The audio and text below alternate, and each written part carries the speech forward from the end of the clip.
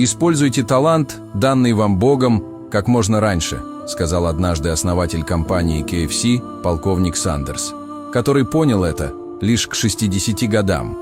В 5 лет он потерял отца, в 15 лет бросил школу, в 17 лет его уволили с нескольких работ, в 19 у него уже родился ребенок, но когда ему было 20, от него ушла жена, в 26 его снова уволили с работы. В 40 лет сгорел его мотель, а в 60 он был нищим пенсионером со $100 в кармане.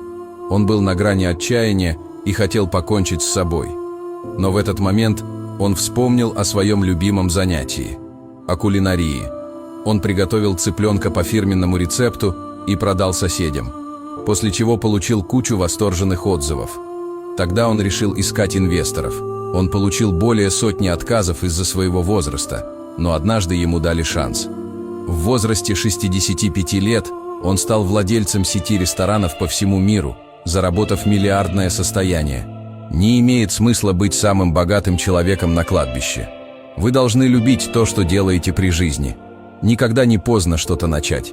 Но лучше используйте таланты, данные вам Богом, как можно раньше. Подписывайтесь на